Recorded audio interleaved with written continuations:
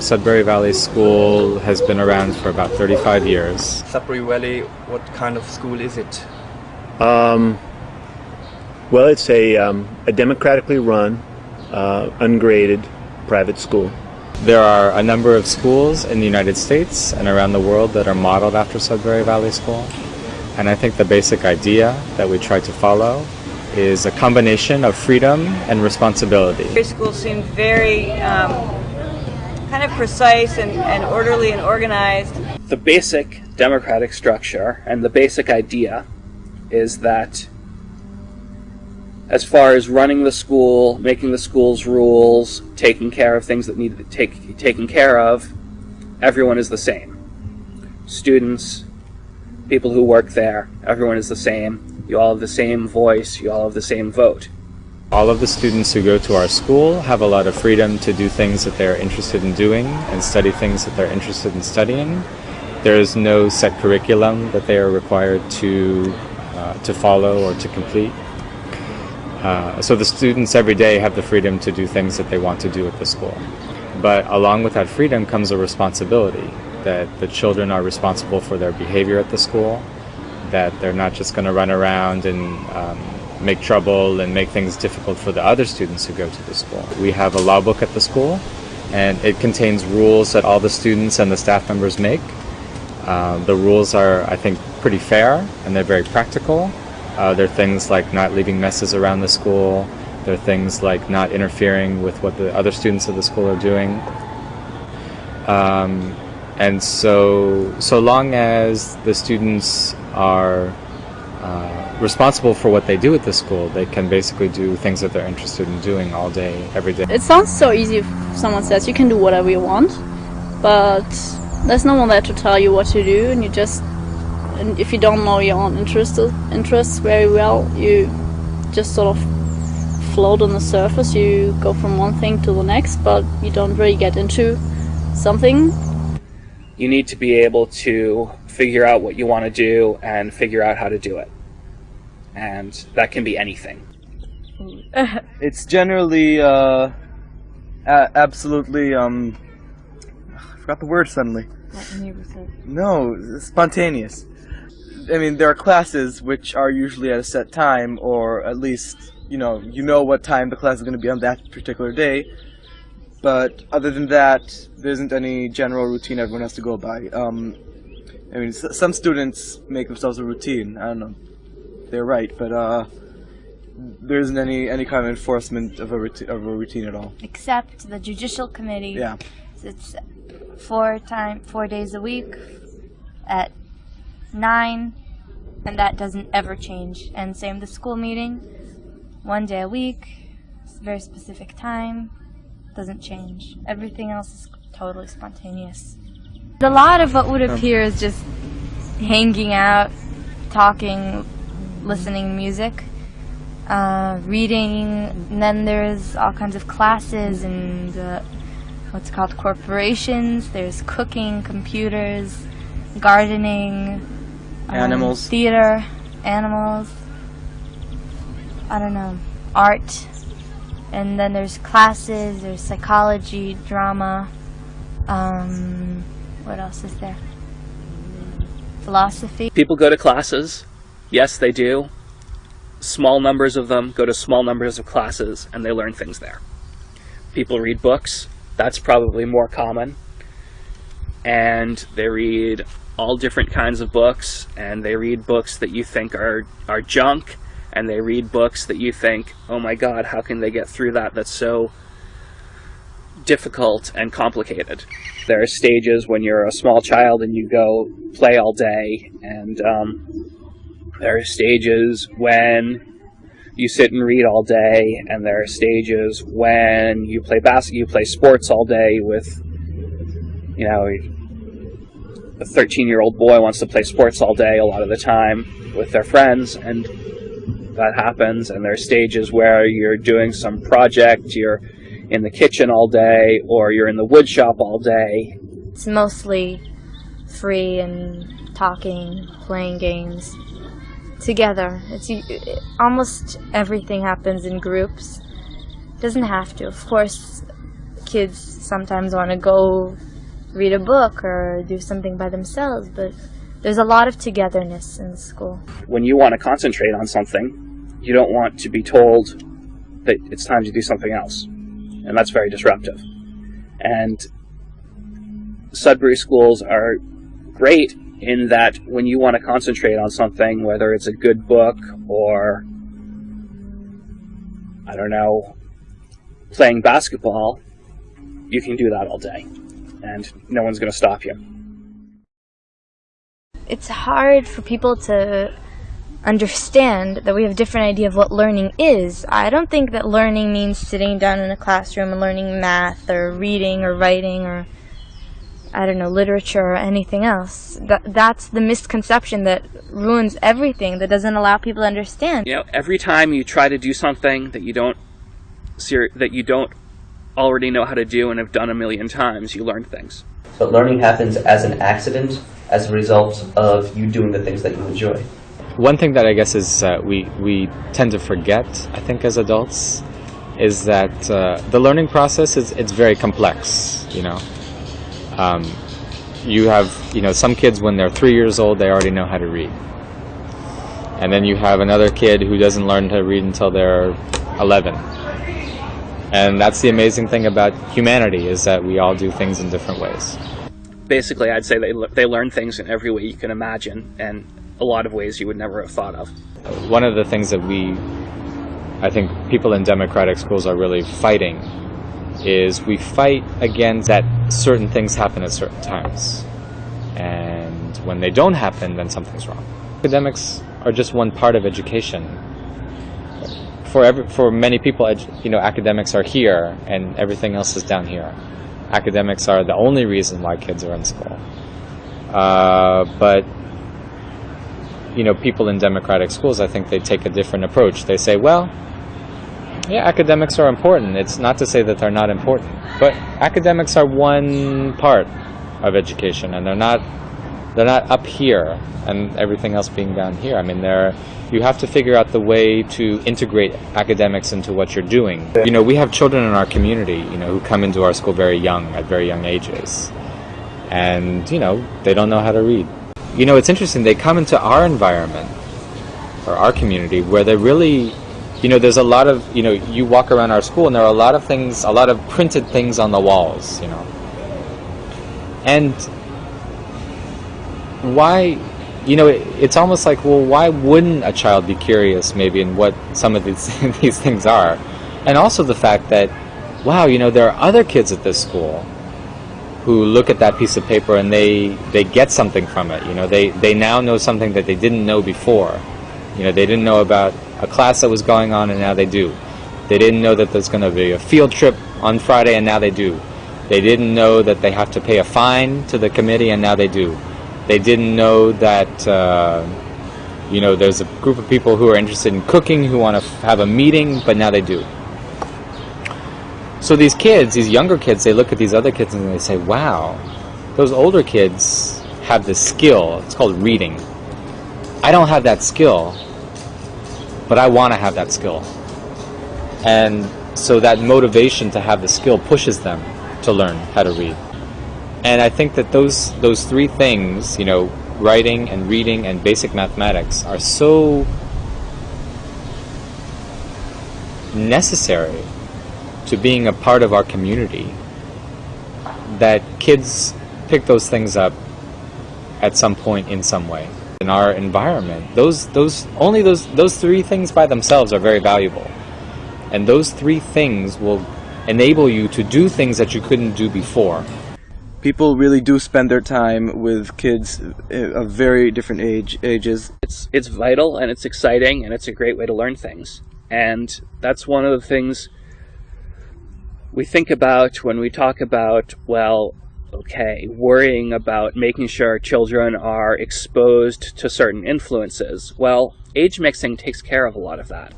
For example, we have a psychology class, and it's pretty much kids that are 12, 13, 14.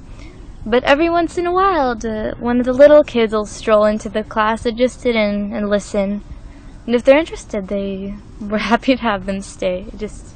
And on the other hand, we also have a philosophy class where kids from all ages cramp up in the room to listen, and a lot of them don't understand it very well, and a lot of them do. And it's not necessarily dependent on the age. Sometimes it's exciting to be with a group of people who are at the same point in their lives as you are. And so, okay, you have a narrow group of people of the same age, and you see that at the schools, and you see kids playing together who are about the same age a lot of the time. But it's also interesting and important to be around different types of people. And one of the biggest ways to be around different types of people is to be around people who are older than you or younger than you or going through different things than you are. Maybe you see some people going through some things that are difficult and you're going to have to go through them in the future, so you want to learn a little bit about that. Maybe you see some people going through things that you've gone through and you can help them with it. It's great and it's important. Everyone in the school has an equal vote in running the school, but the obligations on the staff are much greater than on the students.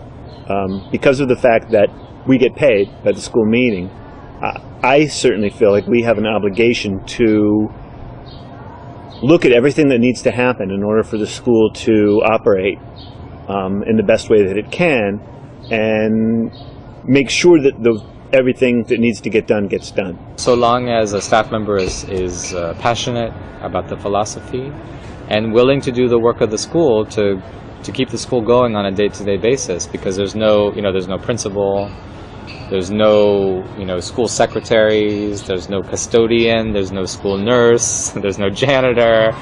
It's staff members at the school. They do everything. And if you're interested in that kind of work, then it can be for me it's been very fulfilling. I've learned about all different kinds of things. I mean, not only about education, but about administration, how to run a school, how to run a business, because that's what, it's also a business as well. And then there are other things which are more long-term, but at the same time less tangible than the strict administration of the school. For example, ongoing conversations with kids about what they want to get from their lives, what they want to get from the school. A lot of times, for example, a student will express some dissatisfaction with something, and if the opportunity is there to really talk about it and to maybe help them to see the problem in a bigger context and to figure out some way that they can comfortably deal with it, I feel like that's an important role as well. It's not our role to push kids in any certain direction, or to be, we're not salespeople aggressively trying to attract students to a certain place or a certain thing, but we're very available as resources. We're sort of tools for them to be able to get what they want. A lot of times staff members work as a sort of a learning consultant.